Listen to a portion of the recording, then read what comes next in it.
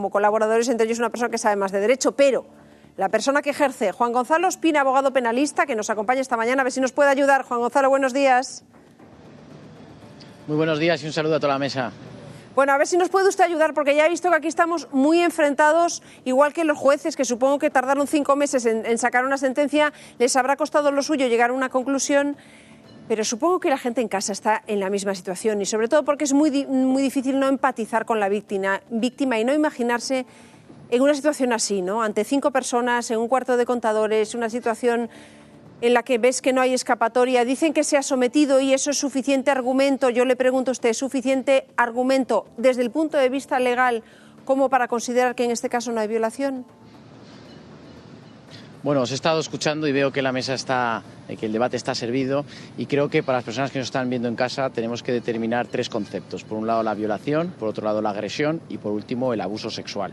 La sentencia que hemos tenido conocimiento ahora hace unas pocas horas tiene casi 104 folios y vuelve a recoger de manera muy motivada y muy razonada por qué 3 jueces han determinado que estamos ante un delito de abuso sexual con prevalimiento. Esto es, que hubo un abuso de superioridad por parte de los sujetos frente a la víctima. La pena impuesta es de 9 años, el marco penal es de 4 a 10 y existen, es cierto, 2 votos particulares defendiendo que estamos ante una agresión, ya que la línea divisoria entre la agresión y el abuso sexual va a estar entre determinar si hubo un abuso sexual con prevalimiento, es decir, con abuso de superioridad, o en su defecto si hubo lo que se considera en derecho como intimidación. Como estábamos escuchando, Carlos Cuesta bien decía que la intimidación es ejercer un mal frente a la víctima, es decir, atemorizarla y fruto de ese temor bloquearle sus capacidades para acometer contra ella un acto contra la libertad sexual.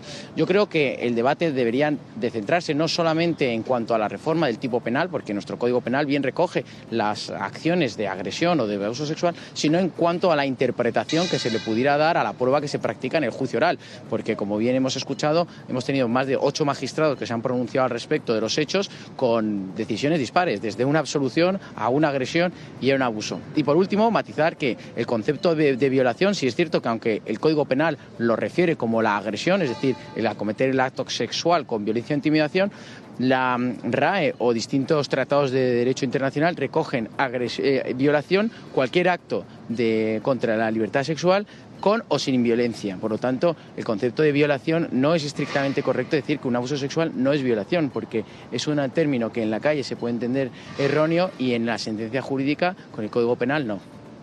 Vale, pero usted me estaba diciendo una cosa y yo desde el punto de vista humilde de un periodista que no conoce mucho de esto, pero me saltan todas las alarmas cuando usted dice, no sé si dijo exactamente con intimidación o con amenaza, digamos, ¿no? Que ella se hubiera sentido que que corría peligro, ¿no? A ver, ¿qué es más eficaz? A ver, el debate está servido.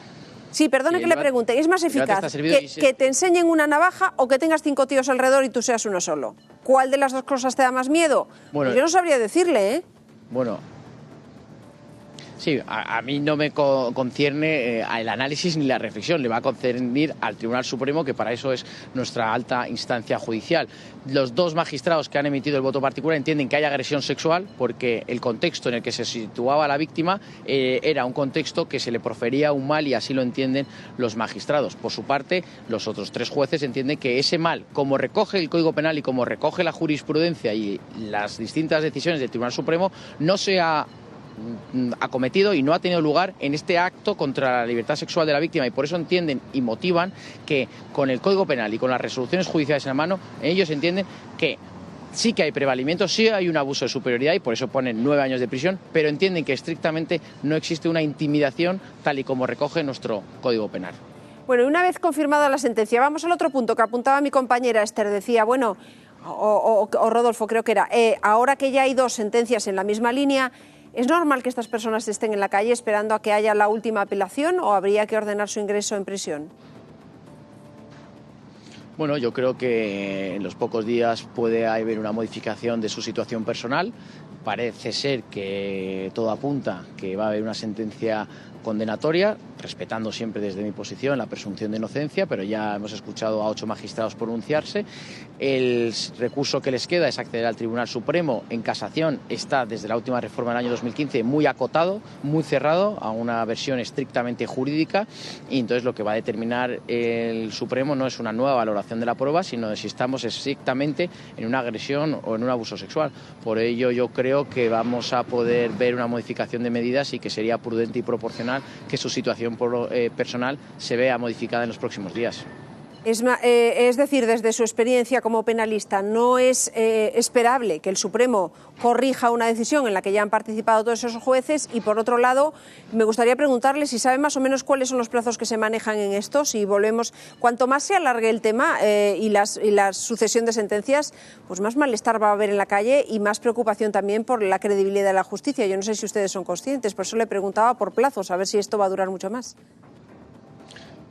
Bueno, en un procedimiento habitual, el Ministerio Fiscal seguramente ya hubiera pedido el ingreso en prisión y las acusaciones, y posiblemente el Tribunal Superior de Justicia convoque a las partes para decidir qué van a hacer con las personas que están siendo enjuiciadas y ahora mismo a la espera de plantear ese recurso de casación al Tribunal Supremo.